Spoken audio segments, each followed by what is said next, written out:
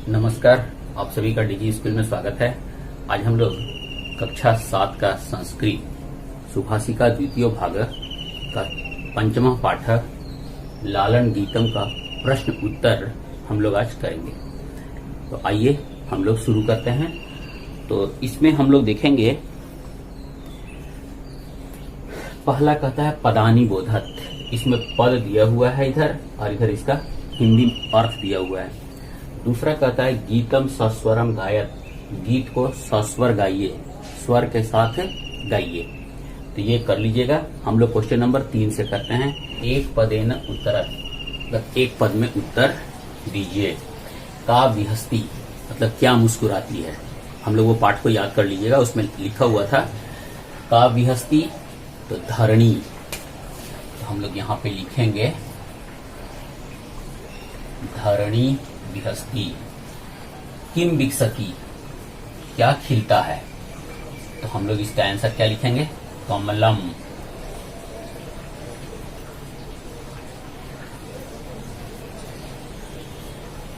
व्याघ्र कुत्र गर्जती, बाघ कहाँ गरजता है। जंगल में।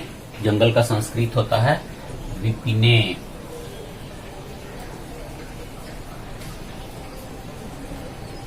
हरिण किम खादती, हरिण क्या खाता है। तो वो हम लोग याद कीजिएगा, उस पे लिखा हुआ था वन घासम।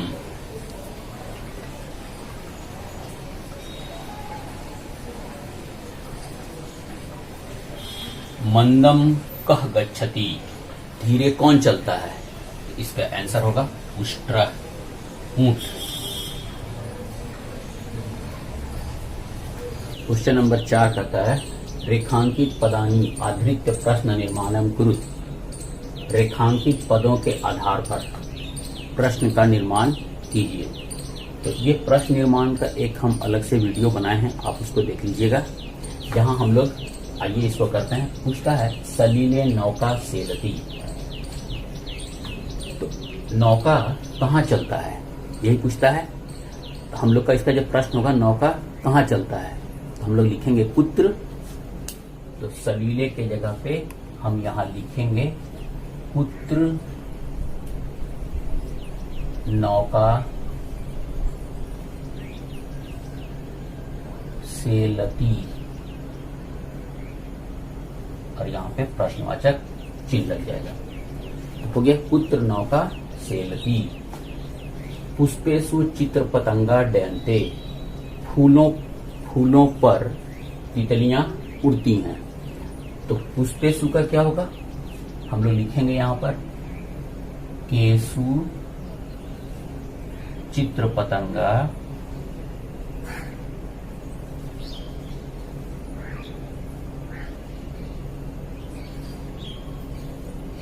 केसु चित्र पतंगा डयन्ते।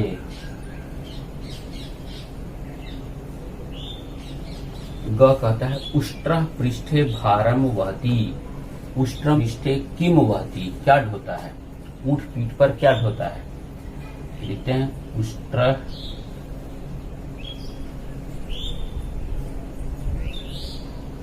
पृष्ठे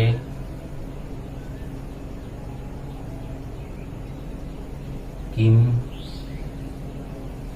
वहती। हो गया।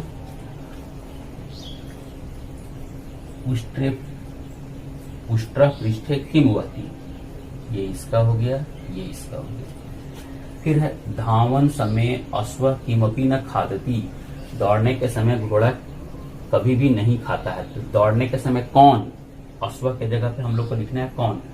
धावन समय कौन कुछ भी नहीं खाता है। तो हम लोग इसका लिखेंगे, इसका हम यहां लिख लेते हैं धावन समय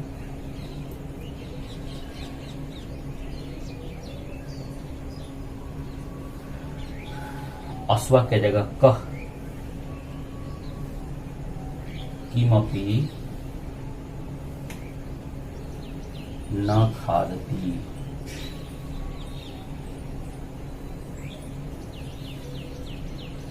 प्रश्नवाचक चिन्ह दिया।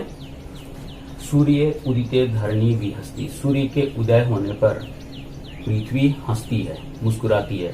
इसका क्या होगा? सूर्य उदिते का विहस्ती। हम लोग यहां लिख देते हैं इसका,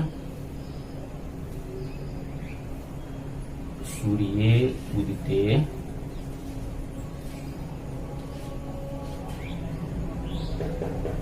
का विहस्ती।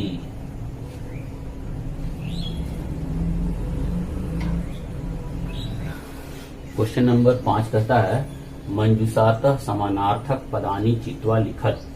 मतलब ये मंजूषा में दिए हुए समानार्थक पदों को चुनकर लिखें। मतलब समान अर्थ वाले शब्द यहाँ दिए हुए हैं, इनको यहाँ क्वेश्चन में जो दिया हुआ है इसमें से हम लोग को भरना है। यहाँ जो शब्द दिया हुआ है इसका ये मंजूषा में मतलब बॉक्स में जो समान अर्थ वाला शब्द है उसको इसके सामने लिख देना है। तो हम लोग इसको देखते हैं। धरणी, धरणी का मतलब होता है पृथ्वी। तो यहाँ पे लिखा हुआ है, हम लोग यहाँ भरेंगे पृथ्वी। फिर हम लोग ख को देखते हैं, करालम। तो इसका होता है भयंकरम। तो ये लिखेंगे हम लोग भयंकरम।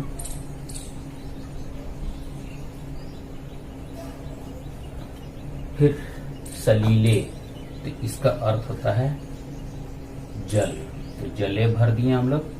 हरिणा, हरिणा का होता है मृग, मृग। इसके बाद है मंदिरे, इसका होता है देवालय,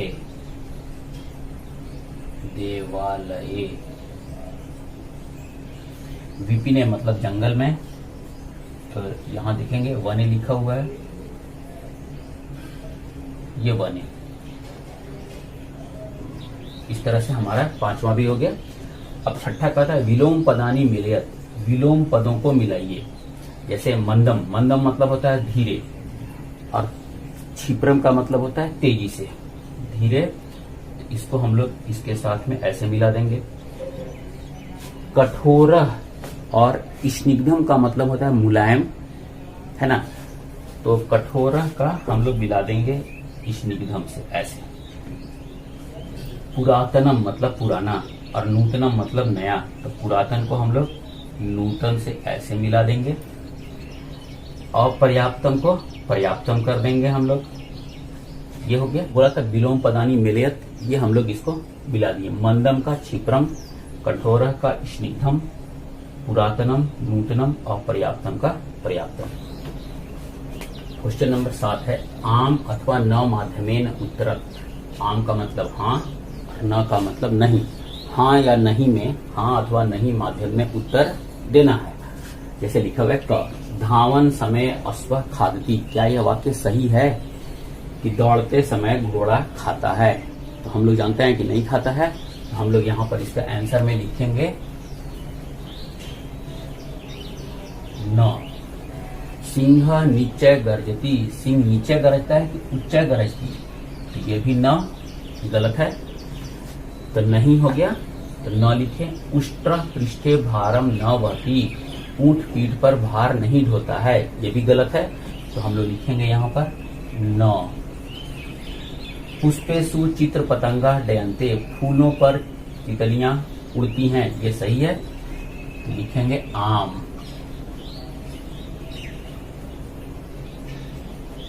फिर है वने गजह गर्जती। वन में हाथी गरजता है? नहीं, सिंह। तो यहाँ पे लिखेंगे हम लोग न। हरिणा वन घासम न खादती। हरिण वन के घास को नहीं खाता है, ये भी गलत है। इसके लिए भी हम लोग लिखेंगे न। क्वेश्चन नंबर 8 कहता है अधोलिखितानि पदानि निर्देशानुसारम परिवर्तयत। नीचे लिखे गए पदों को निर्देश के अनुसार परिवर्तित करें। जैसे यथा में लिखा है चित्र पतंग, ये लिखा हुआ है। इसको बोला ये प्रथमा बहुवचने लिखने को, मतलब कि ये चित्र पतंगा का शब्द रूप हम लोग को लिखना है। प्रथमा बहुवचन में लिखा वो चित्र पतंगा। उसी तरह से हम लोग लिखेंगे भल्लुक, तो तृतीया एक वचन, तो भल्लुकेन लिखेंगे हम लोग। हम लोग यहाँ लिखते हैं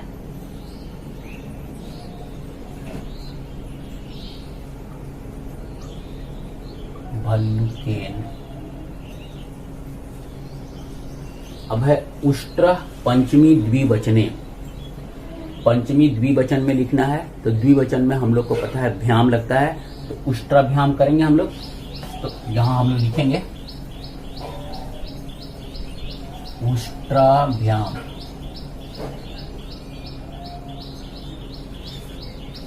ठीक है, उष्ट्राभ्याम।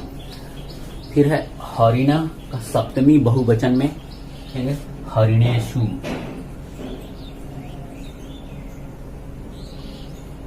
हरिणेषु।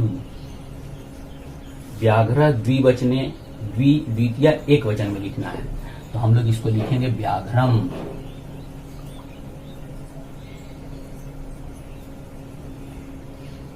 घोटक राजा, संबोधन, संबोधन में हे लगता है और ये विसर्ग हट जाएगा तो लिखेंगे एक वचन में लिखना है हे घोटक राज, और यहां पे ये साइन लग जाता है।